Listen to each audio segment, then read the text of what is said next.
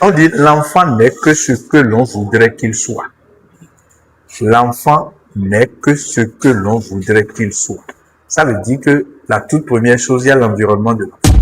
Le 13 avril 2026, les enseignants de l'ICAB ont participé à une importante session de formation consacrée à l'éducation émotionnelle, une thématique devenue aujourd'hui incontournable dans les systèmes éducatifs modernes. Animée par le Dr Wahabi Balogun, consultant psychopédagogue, spécialiste des systèmes éducatifs et expert en développement humain, cette rencontre pédagogique a permis aux participants de mieux comprendre le rôle fondamental des émotions dans l'apprentissage, le comportement et le développement global de l'enfant. Dans un monde en pleine mutation, marqué par de profondes transformations sociales, technologiques et psychologiques, l'école ne peut plus se limiter à la simple transmission des connaissances académiques. Former un enfant aujourd'hui, c'est aussi l'aider à développer des compétences humaines essentielles, comprendre ses émotions, gérer le stress, renforcer sa confiance en soi, apprendre à communiquer, à collaborer et à construire des relations équilibrées avec les autres. Au cours de cette formation, plusieurs thématiques majeures ont été abordées afin de renforcer les compétences pédagogiques, relationnelles et émotionnelles des enseignants. Les participants ont d'abord été sensibilisés à l'importance des émotions dans le développement de l'enfant. Il a été démontré que les émotions influencent directement la concentration, la motivation, la mémorisation, les comportements scolaires ainsi que les performances académiques. Un enfant émotionnellement fragilisé, stressé ou anxieux rencontre souvent des difficultés à apprendre dans de bonnes conditions.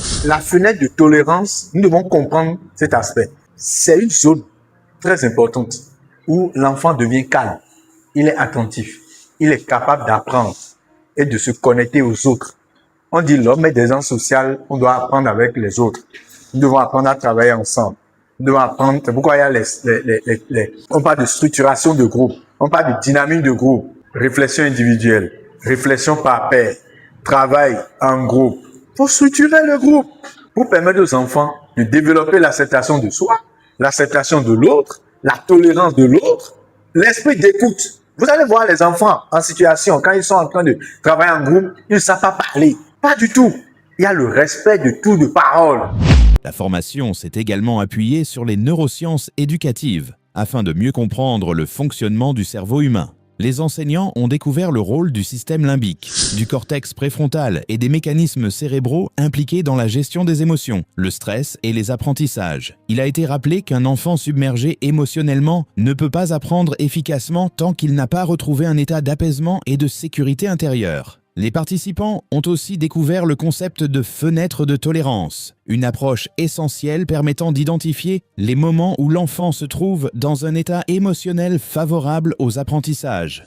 La fenêtre de tolérance, nous devons comprendre cet aspect. Ainsi que les situations d'hyperactivation ou de retrait émotionnel nécessitant un accompagnement adapté. La formation a également permis d'identifier les principales émotions rencontrées dans le milieu scolaire. La peur, la colère, la tristesse, la frustration, l'anxiété, mais aussi la joie, l'enthousiasme, le sentiment de valorisation et la confiance en soi. Les enseignants ont appris à reconnaître les signes émotionnels chez les apprenants afin de mieux comprendre certains comportements souvent interprétés à tort comme de la simple indiscipline. Le docteur Wahabi Balogun a rappelé que l'enseignant joue un rôle essentiel dans l'équilibre émotionnel de l'élève. À travers ses paroles, son attitude, sa manière d'écouter, de corriger et d'encourager, l'éducateur peut soit renforcer l'estime de soi de l'enfant, soit fragiliser profondément sa confiance personnelle. Plusieurs approches pédagogiques modernes ont ainsi été proposées afin de créer un environnement scolaire plus humain, sécurisant et favorable aux apprentissages. Parmi elles figurent la communication bienveillante, l'écoute active, la validation des émotions, l'encouragement positif, la gestion constructive des erreurs ainsi que la résolution pacifique des conflits. La formation a particulièrement insisté sur la nécessité d'éviter les humiliations, les violences verbales et les méthodes de correction agressive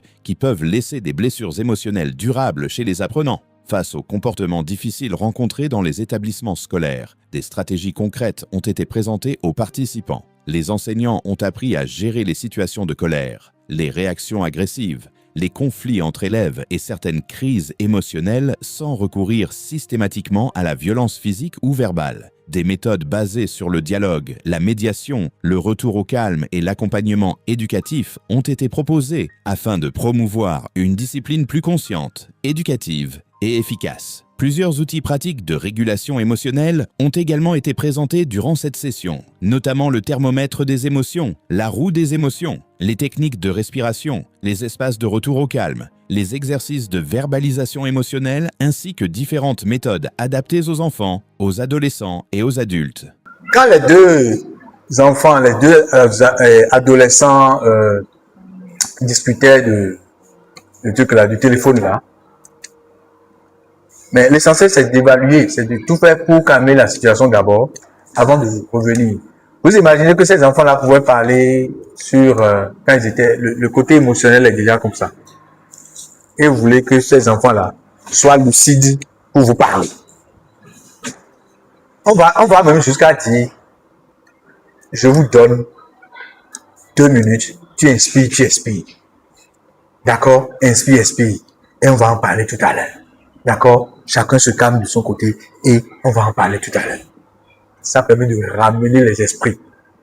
La formation a aussi permis aux participants de mieux comprendre les différentes étapes du développement psychologique de l'enfant et de l'adolescent. Les enseignants ont découvert que certains comportements scolaires peuvent être liés à des traumatismes émotionnels, des difficultés familiales, un manque d'attention ou des besoins affectifs non satisfaits. Cette compréhension permet désormais aux éducateurs d'adopter une posture plus équilibrée, plus empathique et davantage adaptée aux réalités vécues par les apprenants. Une attention particulière a également été accordée au développement de l'empathie professionnelle. Les participants ont été formés à mieux écouter, comprendre, reformuler et accompagner les émotions des apprenants avec respect, maîtrise de soi et sans jugement. La formation a aussi mis en lumière l'importance pour les éducateurs de développer leur propre intelligence émotionnelle. Un enseignant capable de maîtriser ses émotions, de communiquer avec calme et de faire preuve d'écoute devient un véritable modèle pour ses élèves. Parmi les qualités humaines encouragées durant cette session figurent la patience, la maîtrise de soi, la résilience,